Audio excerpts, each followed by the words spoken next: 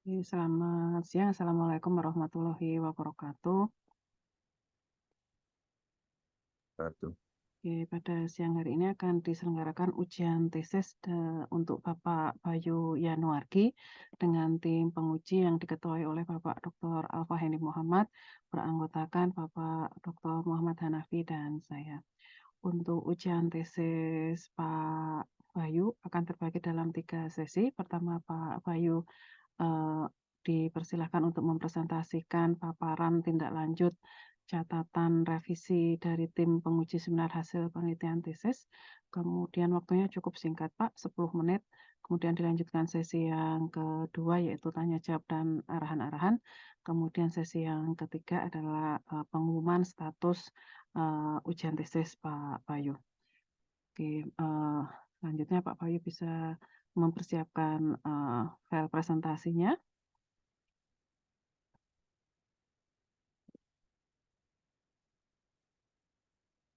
Oke, Iya, Bapak.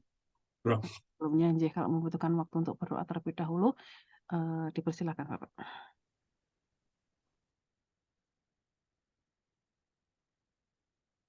Nggih, monggo Bapak. Iya. Terima kasih Prof. Emma. Assalamualaikum warahmatullahi wabarakatuh. Waalaikumsalam. Yang saya hormati Profesor Dr. Emma Utami, eh, SSI MKOM sebagai pembimbing utama dan penguji ketiga.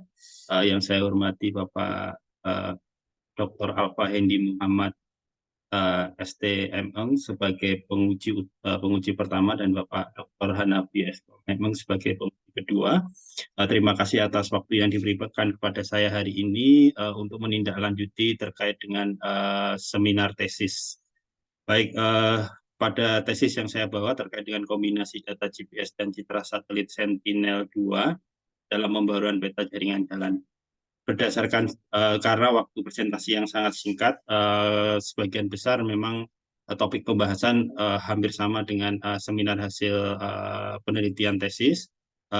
Saya akan membahas latar belakang penelitian, rumusan masalah, tujuan penelitian, metode penelitian, dan hasil dan capaian penelitian. Latar belakang adalah peta jaringan jalan sangat penting bagi pembangunan, baik bagi pemerintah maupun bagi swasta terkait dengan segala pengambilan kebijakan, dan banyak sekali metode yang akan diambil dalam pembuatan peta jaringan jalan. Salah satunya yang paling populer adalah mengekstraksi dari citra satelit. Pada penelitian ini kami mencoba untuk mengekstraksi informasi jaringan jalan menggunakan metode segmentasi convolution neural network dengan arsitektur UNet, di mana pada segmentasi ini tentu dibutuhkan anotasi atau dibutuhkan labeling data. Di sini untuk labeling dan anotasi kami menggunakan data GPS pengemudi transportasi. Rumusan masalah seperti pada masukan di SHPT yang lalu perlu ditambahkan lebih memprioritaskan pada arsitektur dan penggunaannya pada rumusan masalah tersebut, yaitu yang di sini sudah ditambahkan terkait dengan apakah UNet dengan encoder yang berbeda akan memberikan perbedaan segmentasi yang signifikan.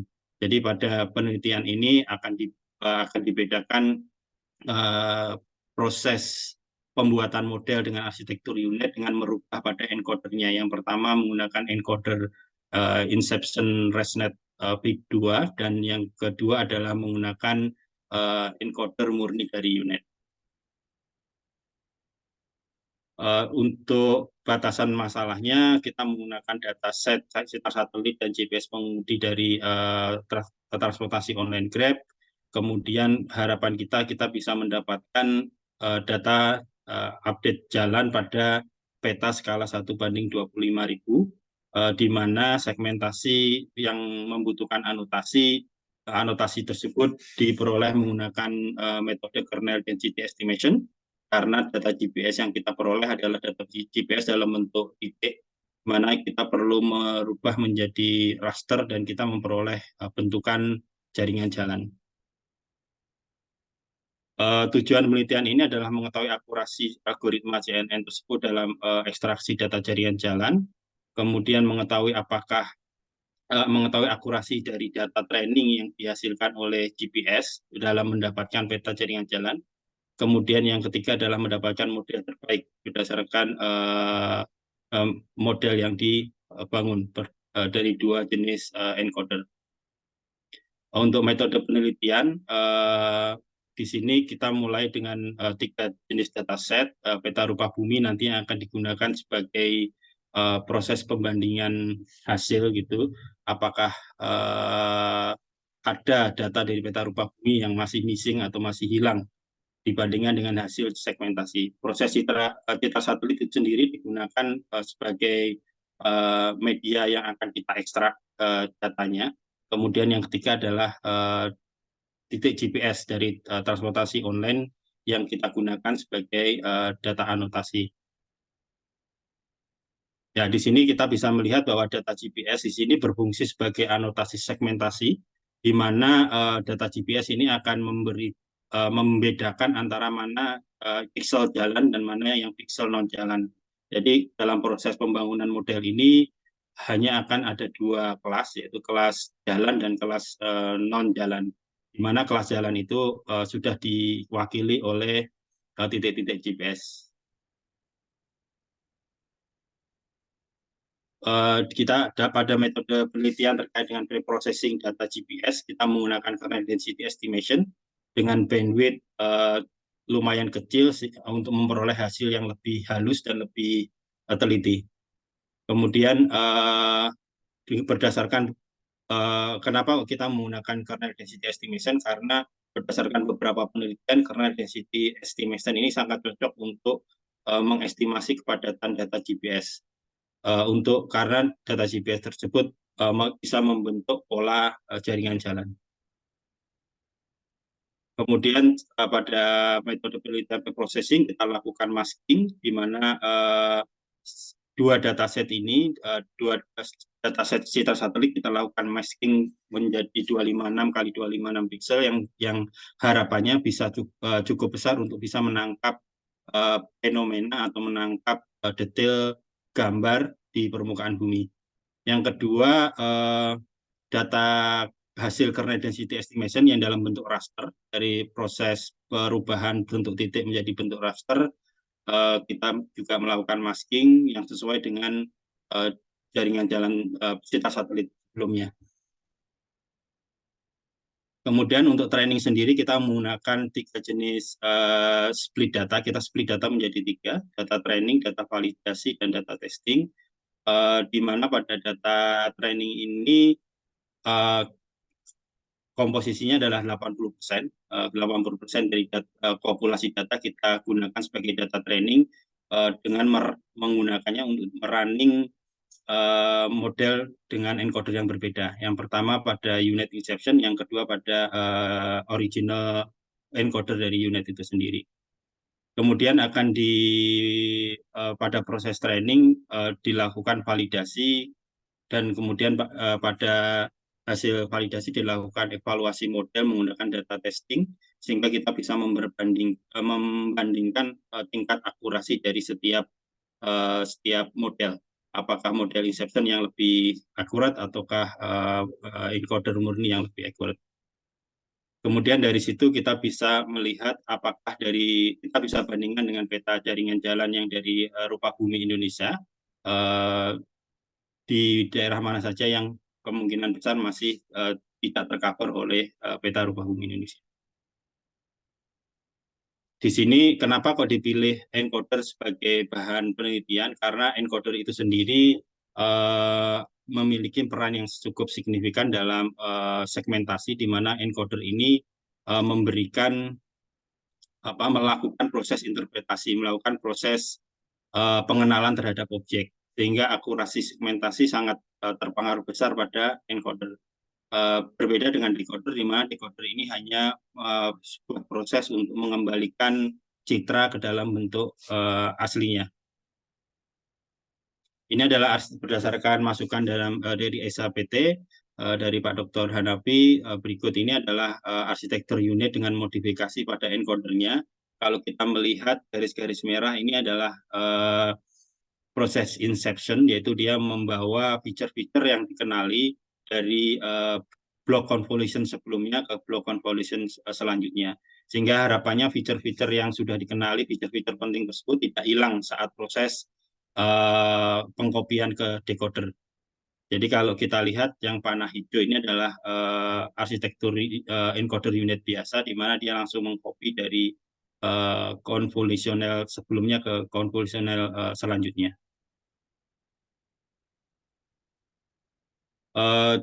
Di sini perbedaannya adalah encoder inception ini sudah dikembangkan oleh Google sejak 2015. Di sini Google sudah punya dataset untuk mentraining, sehingga ketika kita melakukan running model di Python, kita juga memanggil data-data training yang sudah dikembangkan oleh Google, sehingga itu akan memberi bobot yang lebih pada model yang kita bangun. Dan adanya skip connection yang membawa feature-feature penting ke next convolution, ke convolution selanjutnya. Sedangkan encoder itu murni unit itu lebih singkat, lebih simple, sehingga hipotesisnya encoder unit itu akan lebih cepat, lebih ringan dalam prosesnya. Berikut ini hasilnya adalah kita bisa melihat bahwa encoder inception ResNet itu memiliki dash loss yang lebih rendah dibandingkan pada encoder unit. Jadi kalau berdasarkan penelitian, kalau encoder unit ini dash loss-nya mencapai 0,08, sedangkan inception ini hanya 0,05. Berikut kita bisa lihat perbandingan dash loss-nya. Kita lihat bahwa inception ini berhenti pada epoch ke-85, sekitar 85, karena di sini nilainya sudah sangat stabil, baik itu akurasi maupun dash loss-nya sudah sangat stabil. Tetapi untuk encoder unit yang berwarna merah ini terus berlanjut, sebenarnya dia tidak berhenti di epoch 100, tapi dia masih berlanjut terus karena dia masih belum stabil walaupun sudah sampai epoch 100. Nah, di sini dalam penelitian ini kita batasi sampai epoch 100 karena keterbatasan hardware yang dimiliki oleh peneliti. Hasil pencapaian penelitian ini terkait dengan akurasi, sebenarnya akurasi antara inception dan unit biasa tidak begitu signifikan, hanya berbeda sekitar 1%. Hal ini dikarenakan memang arsitektur unit itu sendiri memang didesain untuk melakukan segmentasi. Artinya desain arsitekturnya sudah cukup bagus, sehingga walaupun dia dimodifikasi pada encodernya, akurasinya hanya meningkat sedikit saja. Gitu. Artinya memang arsitektur unit ini sudah cukup mumpuni dalam melakukan segmentasi. Perbedaan yang agak mencolok sebenarnya pada performan kinerja model itu sendiri, tapi perbedaannya juga nggak signifikan, hanya sekitar, saya agak lupa menitnya, tapi ada perbedaan sekitar, kalau kita lihat unit itu hanya membutuhkan 19 menit, 19,26 menit, sedangkan inception itu membutuhkan sekitar 19,37 menit.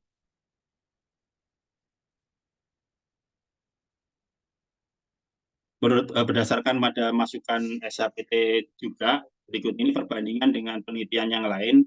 Penelitian ini dibandingkan dengan penelitian lain dengan metode yang sama, hampir sama, yaitu CNN dan UNet dan juga KDE, memiliki akurasi yang cukup tinggi. Kalau kita bandingkan dengan Xiang Zhang dan kawan-kawan pada 2019, di mana recall, presisi, dan X1 skornya di bawah 80%, di penelitian ini mencapai 91%. Begitu juga dengan Botelho dengan menggunakan unit, dengan metode unit,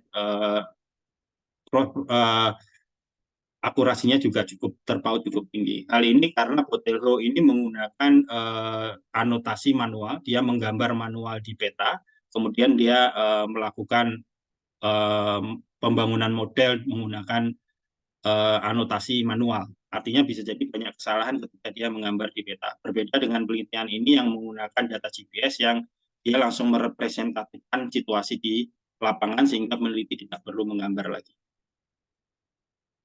Berikut ini hasil penelitian. Kita bisa melihat hasil segmentasi pada inception cukup cukup jelas dibandingkan pada UNED.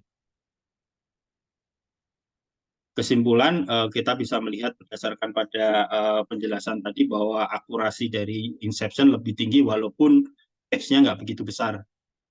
Perbedaan juga pada kecepatan performa kinerja model, kita lihat bahwa gaps-nya hanya sekitar 8 detik, artinya tidak begitu signifikan sebenarnya, karena unit itu sendiri sudah cukup rumit, kemudian dirubah menjadi inception yang agak rumit sedikit, kinerjanya pun nggak jauh berbeda, hanya sekitar 8 detik. Mungkin seperti itu, Prof. Emma, karena waktunya sudah cukup mepet, sudah 10 menit lebih, mungkin saya kembalikan untuk tanya jawab. Terima kasih. Assalamualaikum warahmatullahi wabarakatuh. Waalaikumsalam warahmatullahi wabarakatuh. Terima kasih banyak paparannya Pak Bayu. Kita masuk ke sesi tanya jawab yang akan dimulai dari Pak Dr. Alfa. Monggo Bapak. Ya dulu ya, atau Pak Nafi? Dulu. Kalau urutan Saya dulu. Pak dulu ya. Oke. Ya, terima kasih Prof. Emma. Saya cuma ngecek aja sebenarnya dari SAPT kemarin ya Pak Bayu, karena kita sudah diskusi panjang dan memastikan bahwasannya ada perbaikan yang dilakukan sih. Saya kira itu aja. Jadi yang pertama dari sisi naskah dulu ya, ini berkaitan dengan presentasi tulisan atau ini ada sebenarnya sudah bagus tetapi cuma ada beberapa gambar dan tabel itu yang terpotong ya. Jadi saran saya tabel yang kepotong itu dipindahin aja semuanya ke halaman berikutnya gitu. Gambar juga gitu, kalau bisa jangan kepotong. Kenapa saya dari tadi ngingetin ini, karena dulu saya pernah nulis paper itu di komentari bagian itunya gitu ya.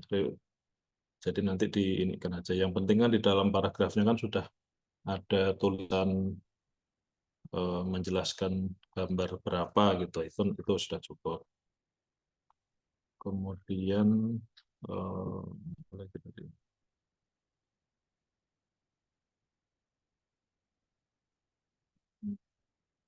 sebentar. Yang presentasi tadi ada 2 Pak, saya lihat tadi. Kok saya nggak ini ya. Oke lah, sambil saya ingat-ingat lagi. Nah, kemudian terkait dengan isi, berarti ini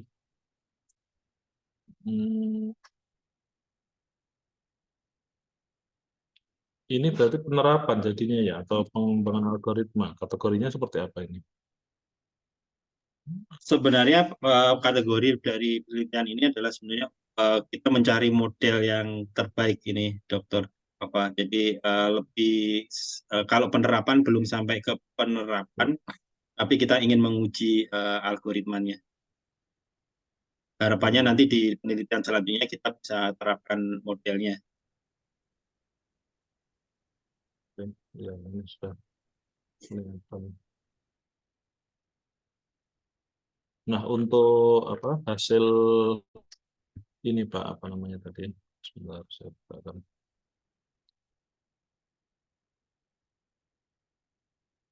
Hasil prediksi ya, saya ngomongin hasil training inception ResNet-nya itu ya. Nah, hasil prediksi dengan segmentasinya, yang ground truth segmentation dengan predicted segmentation, itu kan karakteristiknya mirip sekali ya. Ini memang salah satu hasil memang salah satu ciri dengan menggunakan assessment ResNet ini. Saya ngomongin yang tabel 45 Pak, kalau Pak Bayu mau nanya. Ya, ini sebenarnya yang dari hampir setahun ini kita mencoba untuk menggali ini, Pak Alfa. Jadi kita selalu ketika kita merubah data set gitu ya, dari sekarang kita pakai ini sekarang kan daerah Jakarta. Kemudian kita coba di Bogor, memang mirip sekali gitu. Jadi kalau kita lihat predicted segmentasinya sangat halus sekali dibandingkan dengan ground truth. Mungkin kalau menurut saya ini memang kelebihan dari ResNet, ditambah juga dengan ini kelebihan dari UNED sebenarnya, ditambah dengan perbedaan pada encoder, ditambah lagi dengan anotasi yang cukup mewakili dari pixel citra itu sendiri gitu. Yang saya bilang tadi, ketika penelitian Botelho itu dia menggambar, bisa jadi menggambar itu dia agak geser sedikit dari ketika kita menggambar peta itu sangat terpengaruh pada zoom in dan zoom out. Ketika zoom in-nya terlalu nggak proporsional, jadinya gambarnya geser sehingga pixel yang diwakili oleh label atau anotasi itu jadi salah. Jadi tujuan dari penggunaan GPS ini harapannya memang dia benar-benar mewakili jalannya, itu benar-benar menunjukkan jalannya, selain pada mempercepat proses anotasi juga supaya dia pas tepat di jalan gitu. Itu harapannya, sehingga pixelnya bisa langsung terdapat gitu. Ini kan sebenarnya jadi blocker juga, jadi penghalang kita ketika kita penelitian ini. Kok setiap kita pindah dataset kok mesti hasilnya sangat halus sekali ini juga pertanyaan kami. Tapi ketika kita coba gali lagi, memang anotasi data label dari GPS itu sangat berpengaruh. Kemudian arsitektur unit memang sudah cukup bagus, apalagi ditambah dengan encoder inception ResNet. Oke, berarti untuk implementasinya Pak, yang disimpan di apa namanya di sistemnya Grab itu apa saja? Karena kalau konkretnya kan peta satelit kan diupdate berkala ya, itu tadi yang disampaikan ya. Kemudian mungkin ada perubahan ya, kalau jalan sih nggak mungkin berubah ya. Biasanya penambahan jalan atau gang gitu ya, yang sebelumnya terlalu kecil menjadi lebih besar. Nah, hal seperti itu disimpan dalam bentuk apa? Kalau data yang disimpan oleh Grab itu data dalam bentuk titik. Jadi posisi si driver, posisi si pengemudi saat dia mengantarkan makanan atau mengantarkan penumpang. Jadi bukan posisi saat dia standby, saat dia menunggu penumpang, tidak. Sehingga pada penelitian ini juga dilakukan normalisasi. Data-data yang kecepatannya kurang dari 5 km per jam akan kita hapus, supaya memang kita harapannya ketika si driver itu mengantar penumpang saat dia ada di jalan, bukan saat dia ada di warung makan, bukan saat dia ada di gedung dan lain sebagainya. Jadi mostly bentuk dari data yang dipunyai Grab ini dalam bentuk titik. Dia menyimpan kecepatan motor atau mobil, menyimpan juga jenis HP-nya apa, kemudian koordinat pastinya, kemudian akurasi dari GPS pengemudi itu sendiri. Membedakannya bagaimana Pak? Dia posisi terakhir gitu ya sebelum closing transaksi. Ketika dia klik mulai, jadi ketika klik misalnya ya, ketika klik mulai, dia akan mulai direkod posisinya. Oke. Kemudian hasil misalkan ada apa namanya nih, bukan jalan sifatnya, tapi pada saat dilakukan pemrosesan dengan inception ini dia kedetek sebagai garis putih gitu ya, yang mana kita paham itu sebenarnya bukan jalan, tapi kita juga nggak perlu menghilangkan itu. Berarti sebenarnya bisa diabaikan ya? Ya, bisa diabaikan. Artinya itu sangat kecil sekali kemungkinan besar karena kita lakukan normalisasi tadi. Tapi memang kalau, bisa jadi terjadi. Kalau ada titik di situ berarti gimana? Mungkin nggak gitu loh. Saya nanya gini karena pernah sebentar Pak, saya tanya gini karena pernah dengar cerita katanya yang nge-Grab itu pas didatengin itu sudah masuk di tengah sawah gitu, padahal betanya itu benar gitu. Iya. Jadi bisa jadi GPS-nya loncat. Jadi karena misalnya katakanlah di daerah perkedungan gitu ya, di daerah yang gedungnya tinggi-tinggi gitu, itu kemungkinan besar dia akan loncat GPS-nya karena dia nggak mendapatkan sinyal satelit. Di sini pada proses normalisasi kita juga melihat, jadi di data Grab itu sudah disediakan atribut akurasi. Jadi kita hilangkan semua yang akurasinya kurang dari 5 meter. Jadi di situ satuan akurasinya adalah dalam meter, sehingga ketika dia akurasinya di atas 10 meter, maka kita berasumsi kemungkinan besar dia loncat lebih dari 10 meter. Jadi kita batasi penelitian ini supaya yang kita pakai adalah GPS dengan akurasi di bawah 5 meter. Oke, ya. Oke, jadi saya menarik nih ya, karena memang datanya kan data primer yang tidak semua orang bisa punya data Nggih. seperti ini. Jadi Pak Bayu cukup beruntung juga bisa disupport dengan data yang baik ini. Saya kira nggak terlalu banyak kalau dari saya ini karena sudah habis kemarin kita diskusikan di SABT ya di UT ini sekiranya hanya klarifikasi saja dan itu tadilah penjelasan tentang perbaikan tentang presentasi hasil itu aja nggak terlalu banyak. Dari saya itu, Prof. Memang. Terima kasih Pak Dr. Ya, Pak Bayu, perhatikan kerapian penyajian tabel maupun gambar ya Pak. Yang berikutnya kita akan minta arahan dari Pak Dr. Hanafi. Monggo Bapak. Oke, terima kasih Prof. Assalamualaikum Mas Bayu. Waalaikumsalam Pak Dr. Hanafi. Mas Bayu ini dari Gajah Mada dulu. Nggih, betul. Tahun berapa Mas? 98 Pak. 98 lulus. Masuk 98, masuk Oh, 98. oh, berarti angkatannya Prof. Ema. Prof. Ena 94 kalau nggak salah. 9. Oh iya, 93, saya kakak kelasnya. 93. Mas sampean tuh menua-nuakan beliau. Nah, masih muda beliau itu 98. Nggih. Oke Mas Bayu, oke. Saya sebenarnya dari hasil SHBT kemarin sudah cukup komplit, cukup komprehensif. Cuma beberapa kemarin yang saya konfirmasi kan hasil confusion metric itu kalau ditotalkan 50 ya, 50%. Nah ini kenapa? Kemarin sudah dijelaskan sama Mas Bayu. Tapi betul ya Mas ya, saya confirm saja. Karena confusion metricnya kenapa hasilnya itu 50%, 50%. Idealnya memang itu mendekati 1 kalau dibuat tidak persentase, kalau dibuat presentasi biasanya mendekati 100%. Confirm ya Mas? Yang conversion metric kemarin. Confusion metric, nggih, yang ini nggih Pak. Ya betul, ini kemarin yang saya tanyakan, ini kenapa 50-50 ternyata dari 2 ya? Nggih. Itu gimana, mohon dijelaskan lagi. Jadi kalau kita lihat sebenarnya yang kiri ini adalah dari Inception, ResNet, yang kanan ini dari UNet. Jadi kalau berdasarkan apa yang saya ketahui sebenarnya 100% ini adalah jumlah dari setiap kotak. Jadi 45 ditambah 4 ditambah 45 ditambah 4.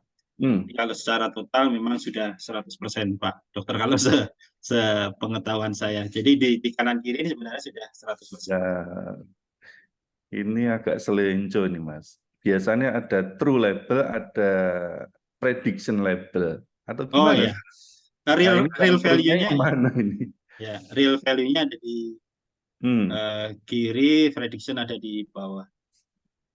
Gitu ya. Iya. Nanti coba dicek lagi. Coba saya lagi ya. Ini saya belum pernah ketemu, jujur belum pernah ketemu. Dari berbagai kasus klasifikasi ya, aktualnya versus prediksinya kalau ditarik secara horizontal itu biasanya total dari nilai dataset gitu. Oke lah. Nanti ini Mas, coba loss tesnya tadi yang mana nih? Oke, loss test ini kok malah bagusan yang di ya Mas ya? Inception ResNet ya sama UNet.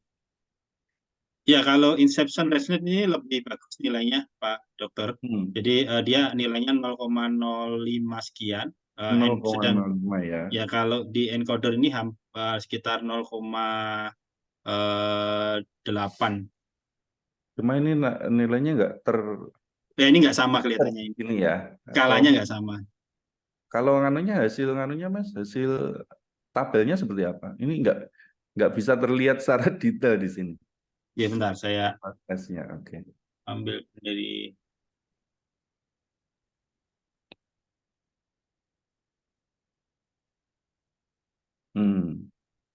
saya share screen lagi. Jadi saya belum share screen. Udah ya. Oke. Jadi ini adalah tabel dari dash loss-nya. Selanjutnya ya. Ini untuk murni unitnya. Yang diklaim yang paling perform yang mana nih, Mas? Yang diklaim paling perform sebenarnya si Inception ResNet. Yang di mana nih? Coba di highlight. Berapa yang Inception ResNet, Mas? Loss-nya? Di kesimpulan jadi kalau function loss untuk dash loss-nya untuk Inception itu 0,051. Ini terjadi pada epoch 65 hingga 85, artinya sudah stabil dia di epoch ini. Sedangkan pada unit itu dia 0,08 dari epoch ke-25 sampai 100 secara rata-rata. Ya, walaupun ini kalau bicara epoch, ya lebih panjang yang Unit. unit. Ini Mas sudah sampai titik convergen ini. Jadi Dua-duanya. kalau Inception sudah berhenti di epoch 85, sedangkan yang unit ini tidak berhenti sampai di epoch 100. Kenapa sih nggak sampai benar-benar dia convergen gitu, Mas?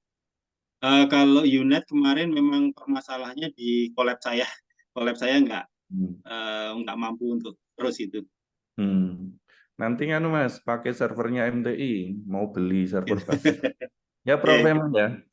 Kemarin beli collab sampai berapa kali itu collab saya. Gitu ya. Itu sudah beli aja masih Mas? Iya masih lama ya, lumayan. Oke. Ya, memang problemnya di image seperti ini. Tapi ya Mas, artinya ini sudah dalam kondisi 100 epoch ini sudah dirasa maksimal ya. Sudah dirasa maksimal. Karena ini pertandingan seru ini sebenarnya 0,051 sama 0,08 ini bisa jadi kalau dia dimaksimalkan lagi turun ya. Perbatasan bisa jadi bisa jadi dia akan convergen lebih bagus. Ya ini masih jadi satu challenge besok-besoknya. Oke, Mas. Betul. Selanjutnya ini berapa sih hektar yang sampean capture area itu dan berapa gambar, Mas? Area gambarnya itu berapa sih? Karena kan tadi gambar itu di cropping gitu ya. Betul. Itu berapa? Jadi kalau hektarnya agak susah karena itu separuh dari Jakarta Utara sebenarnya. Separuh dari Jakarta Utara, sedangkan jumlah gambarnya itu sekitar 2.240 gambar dengan pixel 256 kali 256. 2.240. Sampean dapat gambarnya dari mana itu, Mas? Untuk cerita satelitnya saya download gratis sebenarnya. Kenapa saya pakai Sentinel? Karena gratis. Walaupun sebenarnya saya ingin pakai yang lebih resolusinya lebih tinggi. Ya. Kalau Sentinel itu kan resolusinya rendah sehingga agak susah untuk segmentasi. Tapi di sini saya ingin membuktikan bahwa segmentasi juga bisa dilakukan di resolusi rendah gitu. Jadi dengan dimensi per gambar berapa? 256 ya? 256 kali 256 pixel. Oke, itu standar Inception sih ya. Saya nanya ini di kasus yang lain nih, Mas. Kalau antara Google Map sama Google View itu ada sinkronisasi nggak ya? Kan Google Street View ya. Google View yang sering foto-foto itu jalan-jalan lewat depan rumah saya itu. Ini dia disinkron nggak itu atau hanya dia sebatas menitik di mana koordinat terus dia akan memview saja atau memang ada sinkronisasi ya itu ya? Kalau sinkronisasi pasti ada Pak, tapi dia memang basicnya adalah dari Google Map. Artinya Google Map itu memiliki titik koreksi juga yang dipakai oleh Google Street View. Dan ada suatu kemungkinan besar dia akan loncat-loncat itu. Tapi Google punya algoritma untuk bisa menarik titik-titik itu ke jalan gitu. Jadi ada sinkronisasi pasti ada gitu. Betul. Oke. Ya. Oke, dari saya begitu Mas Bayu. Jadi mungkin yang nanti menjadi challenge-nya kan ini pertandingan ini kalau mengklaim perform itu memang mesin itu sama-sama dibiarkan pinter sampai maksimal. Nah, ini baru bisa diklaim. Tapi satunya playmaker belum rampung sudah di deadlock. Ini kurang fair juga nih diklaim ini. Karena tadi ada yang UNED itu masih saya pikir arsitektur UNED itu lebih boros lagi itu, Mas. Tapi kalau dibiarkan itu dia kemungkinan lebih pinter itu ya. Yang masih menjadi tantangan. Mungkin Prof. Emma ini kan pejabat MTI, Mas. Biar beliau beli server. Teman-teman yang boros komputasi itu bisa menggunakan server MTI. Mau dibiarkan sampai selesai sehari 2 hari ya nggak apa-apa, server sendiri kan gitu. Dari saya gitu, Mas Bayu. Prof. Emma ya begitu, Prof. Alfa. Ya, terima kasih banyak Pak Dr. Hanafi. Ini tantangan ya Pak Bayu. Tantangan untuk bisa menggali lebih dalam supaya bisa mengetahui sesungguhnya kehandalan dari mesin Pak Bayu itu sampai mana begitu ya. Oke, nggih. Pak Bayu, saya tempatkan dulu ke waiting room. Jangan kemana-mana, kami akan mendiskusikan terkait dengan ujian tesis Pak Bayu sebentar. Siap. Terima kasih, Bang.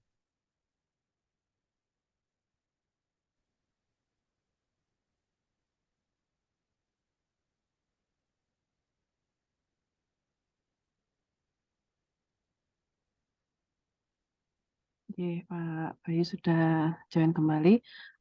Kami tim penguji sudah mendiskusikan terkait jalannya ujian tesis dari Pak Bayu dan hasilnya akan disampaikan oleh Pak Dr. Hanafi. Monggo Bapak. Oke. Mas Bayu, ini saya ketemu yang kedua kali.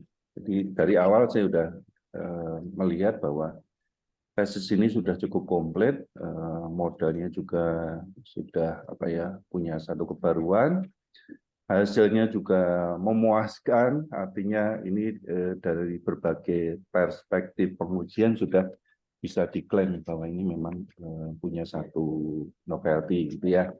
Terus jadi Mas Bayu juga menyampaikan cukup komplit, sangat memahami materi ini sehingga kita tidak berlama-lama tadi dalam berdiskusi, kita menyepakati bahwa Mas Bayu ini lulus. Nah, namun nanti ada catatan revisi. Jarang Mas yang lulus langsung tanpa revisi, pasti entah tulisan, entah kontaknya yang perlu diperbaiki, kontennya perlu ditambahkan, dan lain sebagainya. Begitu nggih? Jadi yang pertama kita ucapkan selamat untuk Mas Bayu. Ini cocok dari ilmuwan sebenarnya Mas Bayu ini. Jadi bagusnya nanti lanjut lagi. Ya Bu Prof ya? Sudah saya tawari Pak. Siap. Ya, jadi mahasiswa saya yang pertama. Kita Insya Allah, Prof. Semangat. Semangat. Mas Bayu di Jogja atau Jakarta sih? Saya barusan pindah ke Jogja ini, Pak. Oh. Baru 1 bulan. Gitu. Bukan Mas. Kalau bekerja itu disarankan ke Jakarta, kalau berlibur itu ke Jogja atau berumah tangga. Saya bekerja sambil berlibur. Oh gitu ya, enak sekali. Saya yang nih Prof. Emma harus mondar-mandir, jadi nggak bisa stay di Jogja. Di Jogja. Pak Hanafi itu kebalik, Pak Bayu. Liburannya ke Jakarta. Iya. Kerja di Jogja. Ya, saat-saat. Oke, begitu dari saya Prof. Ini sambil guyon-guyon ya, karena Mas Bayu ini materinya sudah cukup komplit, jadi nggak perlu serius-serius ya. Sekali lagi selamat ya Mas Bayu ya. Terima kasih Pak Hanafi, Pak Alfa, dan Prof. Emma. Terima kasih banyak Pak Dr. Hanafi, Pak Dr. Alfa atas arahan-arahan terbaiknya untuk hasil penelitiannya Pak Bayu. Selamat Pak Bayu atas kelulusannya. Segera direvisi. Tadi masing-masing penguji kan ngasih satu catatan. Jadi kan sebenarnya minor ya Pak, revisinya nggak perlu waktu lama ya. Nah, untuk bisa yudisium, Bapak harus bisa mendapatkan ACC revisi dari semua anggota tim penguji, nih, tidak hanya dari saya. Nah, mudah-mudahan dimudahkan, dilancarkan sampai ujungnya nanti yudisium kemudian wisuda.